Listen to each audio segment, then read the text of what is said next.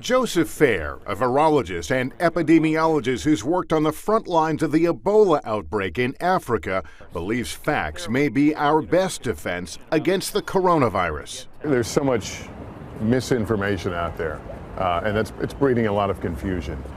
Let me ask you this. Is COVID-19, as you call it, is it in the air? If I take a deep breath, did I potentially take a deep breath of the virus? Especially not outside. You know, we're sitting in front of nature's greatest disinfectant, which is sunlight. The UV light inactivates the virus. So around all these people, I'm relatively safe. Absolutely. You need to come into direct contact with it, either by someone coughing or sneezing and those droplets landing on your face, your eyes, nose, or mouth, or you've touched a surface and then you yourself touch your face, nose, eyes, or mouth. You're telling me that everything up here is the point of how the infection gets into my body? It's natural instincts. Everybody touches their face, probably up to 50 to 100 times per day without even realizing that you're touching your face. It's going to happen. That doesn't necessarily mean you're going to get coronavirus. If you're sticking to that rigid hand washing protocol, if you're using tissues and barriers, etc., you're going to be able to scratch your face, obviously, and not infect yourself every time you do so. And with that in mind, we set out to explore how to best protect ourselves from the virus. So public transit makes a lot of people nervous. I mean, Yeah. This car is going to move. Usually there's not a seat. Usually in close proximity. And you're gonna hold Again, I'll hold it with a tissue. If I don't have a tissue with me, I'll usually do an arm hold like this. Just to keep my skin from contacting it. But this idea of being 6 feet away from people, that's not going to happen on a typical bus or train. Right. And that's why it's up to the individual. You know, you've got to cover your mouth when you cough or sneeze with your sleeve, ideally. We know just from studies from San Francisco's metro that a lot of antibacterial resistant pathogens, etc., last on these surfaces for a very long time. He doesn't recommend masks except for sick individuals or trained medical workers. And, I have this desire to put on a mask right now because there's so many people around us. Yeah. The only way we recommend really mask, because there's only a specific type of mask that will protect you against the virus itself, and we tend to reserve those for healthcare workers.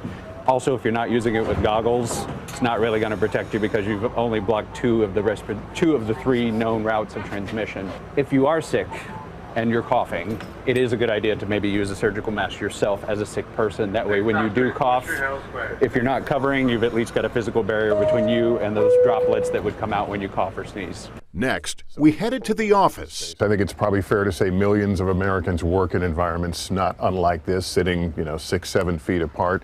What should we be conscious of? Mostly your own personal hygiene and being careful when you sneeze, etc., on others. So obviously wiping down your desk and disinfecting your desk several times per day is a good idea to keep your own self healthy. But there is going to be the occasional chance that you sneeze, and that is going to happen, sneezing and coughing, and during cold and flu season, very normal.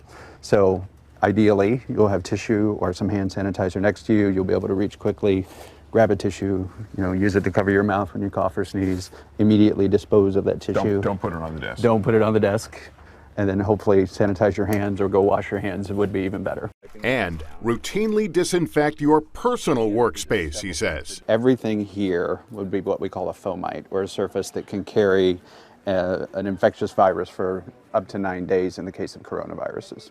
So I sneeze, I wipe my nose, I pick up the phone, it's there. Yes, absolutely. Because this is really one of the filthiest areas, and including that cell phone in that, that's really one of your dirtiest areas. So I wipe down everything, all the keys, etc. I'll take my phone, wipe it down. And the most powerful tool to fight coronavirus is soap. Every surface here is some of your more dirtier areas that you can find anywhere in the world. So everybody that's just used the restroom coming here, this would be an infectious surface, this would be an infectious surface, this would be an infectious surface. I need the soap. Absolutely. So our most powerful tool against fighting COVID-19, as well as any other infectious disease in general, get our soap. Ideally, you'll have hot and cold water, make it a little warm. And I usually try to emphasize that, just a few seconds is not going to do the job. You don't need to do a surgeon's hand wash, but you need to do it pretty thoroughly. Is it the water, the soap, the friction?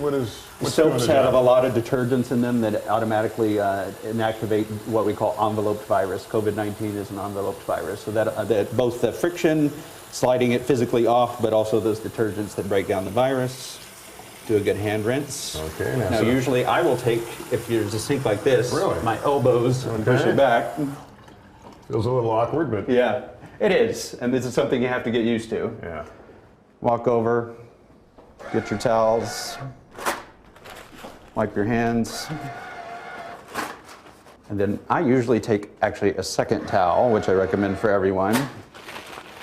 And then this is what I use to open the door when I'm leaving the restroom. Another helpful tip, create a barrier between yourself and surfaces we commonly touch, like elevator buttons. Tissues are not always going to be with you or practical, so sometimes I always carry a pen myself. Pen. Touch it with the pen. And speaking of potential transmission points, Fair points out cash is not necessarily king when it comes to the coronavirus. Paper money is one of the filthiest objects that we touch in a day, just because literally millions of people have touched that before you have. And lastly, no more handshakes. Well, listen, a lot of great information. Appreciate it, and we'll leave it with an elbow bump. Sounds good.